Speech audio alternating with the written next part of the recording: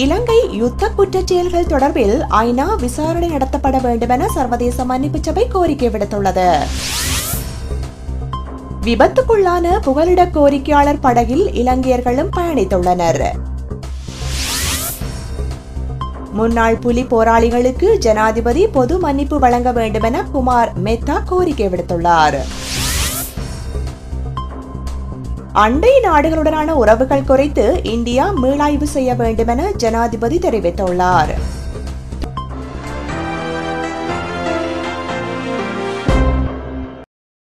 தொடர்வது விரிவான செய்திகள். இலங்கை யுத்த குற்றச்செயல்கள் தொடர்பில் ஐநா விசாரணை நடத்தப்பட வேண்டுமென சர்வதேச மன்னிப்பு சபை கோரிக்கை விடுத்துள்ளது. இலங்கையில் பாரிய அளவில் மனித உரிமை மீறல் சம்பவங்கள் இடம்பெற்றுள்ளதாக சர்வதேச மன்னிப்பு சபையின் இந்தியாவுக்கான நிறைவேற்று அதிகாரி ஆனந்த் பத்மநாதன் தெரிவித்துள்ளார். இந்த குற்றச்செயல்கள் ஒருதலை பட்சமானது அல்ல எனவும் விடுதலை புலிகளும் குற்றச்செயல்களில் ஈடுபட்டுள்ளதாகவும் அவர் குறிப்பிட்டார். சிறுவர் போராளிகளை படையில் இணைத்தல் உள்ளிட்ட பல்வேறு குற்றச்செயல்களுடன் தமிழீழ விடுதலை புலிகளுக்கு தொடர்பு இருப்பதாக தெரிவித்துள்ளார். குற்றச்செயல்கள் குறித்து பக்கசார்பற்ற விசாரணைகளை மேற்கொள்ள வேண்டிய பாரியளவு பொறுப்பு இலங்கை அரசாங்கத்துக்கு காணப்படுவதாக குறிப்பிட்டார். உண்மையை கண்டறியும் ஆணைக்குழு உள்ளிட்ட பல்வேறு பொறிமுறைமைகளின் மூலம் நியாயம் கிட்டும் என அரசாங்கம் வாக்குறுதி அளித்ததாக தெரிவித்துள்ளார். எனினும் உண்மையை கண்டறியும் ஆணைக்குழு பரிந்துரைகள் தொடர்பான தேசிய செயற்திட்ட அறிக்கை சர்வதேச மற்றும் உள்நாட்டு சக்திகளை திருப்திப்படுத்தும் நோக்கில் அமைய பெற்றுள்ளதாக குற்றம் சுமத்தியுள்ளார். ஐக்கிய நாடுகள் அமைப்பின் தலைமையின் கீழ் பக்கசார்பற்ற விசாரணைகளை நடத்துவதன் மூலம் குற்றச்செயல்களுக்கு தண்டனை விதிக்க முடியும் என சுட்டிக்காட்டியுள்ளார். விசாரணைகளின் அடிப்படையில் குற்றவாளிகளுக்கு தண்டனை வழங்க வேண்டியது அவசியம் என அவர் தெரிவித்துள்ளார். தமிழகத்தில் வாழும் இலங்கை அகதிகளுக்கு ஐக்கிய நாடுகள் பிரகடனத்தின் அடிப்படையில் நலன்களை வழங்க வேண்டியது மத்திய அரசாங்கத்தின் கடமையாகும் என சுட்டிக்காட்டியுள்ளார். டெசோ மாநாடு அரசியல் நோக்கங்களை அடிப்படையாக கொண்டது என குறிப்பிட்டுள்ளார். எனினும் இந்த மாநாட்டில் தமிழர் பிரச்சினைகள் பற்றி குரல் எழுப்ப முடியும் என அவர் நம்பிக்கை வெளியிட்டுள்ளார். விபத்துக்குள்ளான புகலிட கோரிக்கையாளர் படகில் இலங்கையர்களும் பயணம் செய்துள்ளதாக தெரிவிக்கப்பட்டுள்ளது. இந்தோனேஷியாவில் இருந்து இந்த படகு ஆஸ்திரேலியா நோக்கி பயணம் செய்து கொண்டிருந்த போது விபத்துக்குள்ளானதாக தெரிவிக்கப்பட்டுள்ளது. படகில் பயணம் செய்த 200 பேர் மீட்கப்பட்டனர். இலங்கை, பாகிஸ்தான், ஆப்கானிஸ்தான் மற்றும் ஈரான் ஆகிய நாடுகளைச் சேர்ந்த புகலிட கோரிக்கையாளர்களே இந்த படகில் பயணம் செய்துள்ளனர். ஆஸ்திரேலிய கடற்படையினரால் குறித்த படகு மீட்கப்பட்டதாக அந்த நாட்டு குடிவரவு அமைச்சர் கிறிஸ் பிரவுன் தெரிவித்துள்ளார். படகில் இயந்திரத்தில் ஏற்பட்ட கோளாறே விபத்துக்கு காரணம் என தெரிவிக்கப்பட்டுள்ளது. இந்த ஆண்டில் இதுவரையில் 7364 புகலிட கோரிக்கையாளர்கள் ஆஸ்திரேலியாவை சென்றடைந்திருப்பதாக குறிப்பிடப்பட்டுள்ளது. கடந்த 7 மாதங்களில் ஆஸ்திரேலியாவுக்கு செல்லும் கடல் வழி பயணத்தின் விபத்துக்கள் காரணமாக 300 பேர் கொல்லப்பட்டதாக தெரிவிக்கப்பட்டுள்ளது. தமிழீழ விடுதலை புலிகளின் முன்னாள் போராளிகளுக்கு ஜனாதிபதி பொது மன்னிப்பு வழங்க வேண்டுமென இந்திய அமைதி காக்கும் படையின் முன்னாள் major general Ashok Kumar meta கோரிக்கை விடுத்துள்ளார். படையில் இணைத்துக் கொள்ளும் நோக்கில் இவ்வாறு முன்னாள் போராளிகளுக்கு பொது மன்னிப்பு வழங்கப்பட வேண்டும் என வலியுறுத்தியுள்ளார். தெரிவு செய்யப்பட்ட சில முன்னாள் போராளிகளை படையில் இணைத்துக் கொள்ள முடியும் என குறிப்பிட்டுள்ளார். மரபு ரீதியற்ற யுத்த அணுகுமுறைகளில் முன்னாள் விடுதலை போராளிகள் சிறப்பு தேர்ச்சி பெற்றதாகவும் இதனால் இவர்களை படையில் இணைத்துக் கொள்வது நன்மைகளை ஏற்படுத்தும் எனவும் சுட்டிக்காட்டியுள்ளார். நல்லிணக்க முனைப்புகளில் இலங்கை அரசாங்கம் கூடுதல் அக்கறை காட்டவில்லை என்றே தாம் முன்னர் கருதியதாக குறிப்பிட்டுள்ளார். எனினும் 2012 சர்வதேச பாதுகாப்பு மாநாட்டில் கலந்து கொண்டதன் பின்னர் 90% தமது சந்தேகங்களுக்கு தீர்வு கிட்டியிருப்பதாக தெரிவித்துள்ளார். இலங்கை நல்லிணக்க முனைப்புகளை சரியான முறையில் மேற்கொண்டு வருவதாக தென்படுவதாக சுட்டிக்காட்டியுள்ளார். கால எல்லையை நிர்ணயித்து சிவிலியன் நிர்வாக அலகுகளிடம் படையினரின் பொறுப்புகள் ஒப்படைக்கப்பட வேண்டும் என தெரிவித்துள்ளார். அண்டை நாடுகளுடனான உறவுகள் குறித்து இந்தியா மீளாய்வு செய்ய வேண்டும் என ஜனாதிபதி மஹிந்த ராஜபக்ஷ தெரிவித்துள்ளார். ஐக்கிய நாடுகள் மனித உரிமை பேரவையின் 19ஆம் அமர்வுகளில் இலங்கைக்கு எதிரான தீர்மானத்துக்கு இந்தியா ஆதரவளித்தமை குறித்தும் ஜனாதிபதி கருத்து வெளியிட்டுள்ளார். இலங்கை மீது இந்தியா மெய்யாகவே கரிசனை கொண்டிருந்தால் தீர்மானத்துக்கு ஆதரவாக வாக்களித்திருக்க கூடாது என சுட்டிக்காட்டியுள்ளார். மாறாக தீர்மானம் நிறைவேற்ற முனைப்பு காட்டிய நாடுகளை தடுத்திருக்க வேண்டும் என குறிப்பிட்டுள்ளார். பிராந்திய வலயத்தின் அண்டை நாடுகளுடன் பேணப்பட்டு வரும் உறவுகள் சரியான முறையில் காணப்படுகின்றதா என்பதை இந்தியா மீளாய்வு செய்ய வேண்டும் என அவர் வலியுறுத்தியுள்ளார். எவ்வாறெனினும் மனித உரிமை பேரவையில் நிறைவேற்றப்பட்ட தீர்மானம் காரணமாக இரு நாடுகளுக்கும் இடையிலான நெருக்கமான பிணைப்பில் விரிசல் ஏற்படவில்லை என தெரிவித்துள்ளார்.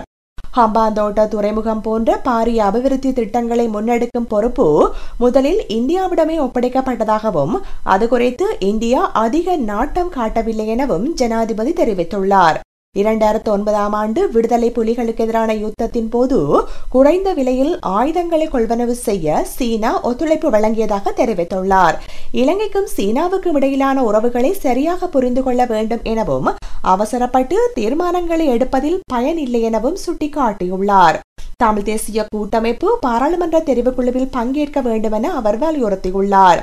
தமிழ் தேசிய கூட்டமைப்பு அல்லது வேறு கட்சியுடன் தனியாக பேச்சுவார்த்தை நடத்தினாலும் நாட்டின் அதி உயர் தீர்மானங்களை நிறைவேற்றும் பாராளுமன்றில் அதற்காக அனுமதியை பெற்றுக்கொள்ள வேண்டும் என்பதனை அனைவரும் நினைவில் நிறுத்த வேண்டும் என அவர் தெரிவித்துள்ளார். இதன் காரணமாகவே பாராளுமன்ற தெரிவுக்குழுவின் மூலமாக தீர்வு திட்டம் காண்பது இலகுவானது என அரசாங்கம் கருதுவதாக சுட்டிக்காட்டியுள்ளார். ஐக்கிய இலங்கைக்குள் தீர்வு திட்டம் ஒன்றை முன்வைக்க வேண்டும் என்ற தமிழ் தேசிய கூட்டமைப்பின் நிலைப்பாடு வரவேற்கப்பட வேண்டியது என அவர் குறிப்பிட்டார். வடக்கு இராணுவமயப்படுத்தப்பட்டுள்ளதாக புலி ஆதரவு தரப்பினர் போலியான பிரசாரங்களை மேற்கொண்டு வருவதாக அவர் சுட்டிக்காட்டியுள்ளார். பல்லின சமூகங்கள் வாழும் நம் நாட்டில் கடந்த பல தசாப்தங்களாக இனங்களுக்கிடையில் பரஸ்பர ஒற்றுமை மற்றும் புரிந்துணர்வு நிலவு வந்ததை நாம் மறந்துவிட முடியாது. இதற்கு அப்பால் முஸ்லிம்களுக்கும் ஏனைய சமூகங்களுக்கும் இடையில் அவ்வப்போது பிரச்சனைகள் ஏற்பட்டாலும் அவை பாரிய இன முறுகல்களாக தீவிரமடைய முன்னர் அவற்றுக்கான தீர்வுகளும் சுமூகமான முறையில் மேற்கொள்ளப்பட்டு வந்துள்ளன. எனினும் மிக அண்மை காலமாக நாட்டில் மஸ்ஜிதுகள் மற்றும் ஏனைய வணக்க ஸ்தலங்களுக்கு எதிராக செயற்பட்டு வருவது தேசிய மற்றும் சர்வதேச ரீதியாக பலரது கவனத்தையும் ஈர்த்துள்ளது. அண்மைக்கால அசம்பாவிதங்களை அடுத்து பாதுகாப்பு அமைச்சின் செயலாளர் மற்றும் போலீஸ் மா அதிபர் ஆகியோரின் ஒத்துழைப்புடன் அகில இலங்கை ஜமியத்துல் உலமா உட்பட ஏனைய முஸ்லிம் அமைப்புகள் மற்றும் முஸ்லிம் அரசியல்வாதிகளின் ஆலோசனைகளும் பெறப்பட்டு சுமூகமான தீர்வுக்கான முயற்சிகள் மேற்கொள்ளப்படுகின்றன. கிழக்கு மாகாண சபை தேர்தல் களம் சூடு பிடித்திருக்கின்ற இந்த சந்தர்ப்பத்தில் இலங்கை முஸ்லிம்களின் விவகாரங்களில் அனைத்து தரமும் ஒற்றுமையாக புரிந்துணர்வோடு நடந்து கொள்வது மிக முக்கிய தேவையாகும். எனவே முன்னுக்கு பின் முரணான கருத்துகள் பேசப்படுவதையும் இனங்களுக்கிடையில் கசப்பான உணர்வுகளை ஏற்படுத்தும் வகையில் தமது தேர்தல் மேடைகளை அமைத்துக் கொள்வதையும் தவிர்த்துக் கொள்ளும்படி தொடர்ந்தும் ஒத்துழைப்பு வழங்குமாறும் அனைத்து முஸ்லிம் அரசியல் சகோதரர்களையும் அகில இலங்கை ஜமியத்துல் உலமா வினயமாக கேட்டுக்கொள்கின்றது. திராவிட முன்னேற்ற கழகம் ஏற்பாடு செய்துள்ள டெசோ மாநாட்டின் பிரதான நோக்கம் வடக்கு கிழக்கை தனிநாடாக உருவாக்குவது என ஜாதிக ஹேல உரிமையாவின் நாடாளுமன்ற உறுப்பினர் அத்துரலிய ரத்ன தேரர் தெரிவித்துள்ளார். இந்த மாநாடு சம்பந்தமான தனது நிலைப்பாட்டை இந்தியா இன்னும் அறிவிக்கவில்லை என அவர் கூறியுள்ளார். எவ்வாறாயினும் ஈழம் அல்லது அதற்கு ஈடான மாநாட்டை நடத்தக்கூடாது என திமுக தலைவர் கருணாநிதிக்கு இந்திய மத்திய அரசு அறிவித்துள்ளதாக இந்திய ஜனதா கட்சியின் தலைவர் சுப்பிரமணியம் சுவாமி தெரிவித்துள்ளார். சட்டவிரோதமாக ஆஸ்திரேலியாவுக்கு செல்ல முயற்சித்ததாக கூறப்படும் 5 நேற்று சிலாபம் பிரதேசத்தில் கைது செய்யப்பட்டனர். கைது செய்யப்பட்டவர்கள் யாழ்ப்பாணம், சாவகச்சேரி, மன்னார், சிலாபம் ஆகிய பிரதேசங்களைச் சேர்ந்தவர்கள் என தெரிவிக்கப்பட்டுள்ளது. அதேவேளை சட்டவிரோதமாக படகுகள் மூலம் ஆஸ்திரேலியாவுக்கு செல்ல முயற்சித்த போது கைது செய்யப்பட்ட 149 பேருக்கு பிணை வழங்க மறுத்துள்ள நீர்கொழும்பு பதில் நீதவான் AS மெண்டிஸ் அந்த சந்தேக நபர்களை எதிர்வரும் 15ஆம் தேதி வரை விளக்கமறியலில் வைக்குமாறு உத்தரவிட்டுள்ளார். இவர்கள் முல்லைத்தீவு, நீர்கொழும்பு மற்றும் அதனை அண்டிய பிரதேசங்களை வசிப்பிடமாக கொண்ட தமிழ், சிங்களம், முஸ்லிம்கள் என தெரிவிக்கப்பட்டுள்ளது. நீர்கொழும்பு கடற்பரப்பில் வைத்து கைது செய்யப்பட்ட இவர்களுக்கு எதிராக கொழும்பு குற்றத்தடுப்பு பிரிவினர் மற்றும் நீர்கொழும்பு காவல்துறையினர் வழக்கு தாக்கல் செய்துள்ளனர். கைது செய்யப்பட்டுள்ள சந்தேக நபர்களுக்கு பிணை வழங்குமாறு அவர்கள் சார்பில் ஆஜரான சட்டத்தரணிகள் கோரிக்கை விடுத்துள்ளனர். எனினும் சந்தேக நபர்கள் குறித்து மேற்கொள்ளப்பட்டு வரும் விசாரணைகள் முடிவடையவில்லை என்பதால் பிணை வழங்க வேண்டாம் என காவல்துறையினர் கேட்டுக்கொண்டனர். இதனை அடுத்து பிணை வழங்க மறுத்த நீதவான் சந்தேக நபர்களை விளக்கமறியலில் வைக்குமாறு உத்தரவிட்டார். சர்ச்சையை ஏற்படுத்தியுள்ள தரம் குறைந்த எரிபொருள் இறக்குமதி செய்யப்பட்ட சம்பவத்தின் பின்னணியில் பிரதியமைச்சர் ஒருவர் இருப்பதாக இலங்கை பெட்ரோலிய கூட்டுத்தாபனத்தின் தகவல்கள் தெரிவிக்கின்றன. தரம் குறைந்த எரிபொருள் இறக்குமதி செய்யப்பட்டதன் காரணமாக 1000க்கும் மேற்பட்ட வாகனங்கள் சேதமடைந்ததுடன் இலங்கை பெட்ரோலிய கூட்டுத்தாபனம் இலங்கை போக்குவரத்து சபை ஆகியவற்றுக்கு பெரும் நிதி இழப்பு ஏற்பட்டுள்ளது. இந்நிலையில் தரம் குறைந்த எரிபொருள் இறக்குமதி செய்யப்பட்ட சம்பவத்தின் பின்னணியில் பிரதியமைச்சர் ஒருவர் இருப்பது குறித்த தகவல் வெளியாகியுள்ளது. இதுடன் இங்கே செய்திகள் முடிவடைந்தன. செய்திகளோடு இணைந்திருந்த அனைவருக்கும் நன்றி, வணக்கம்.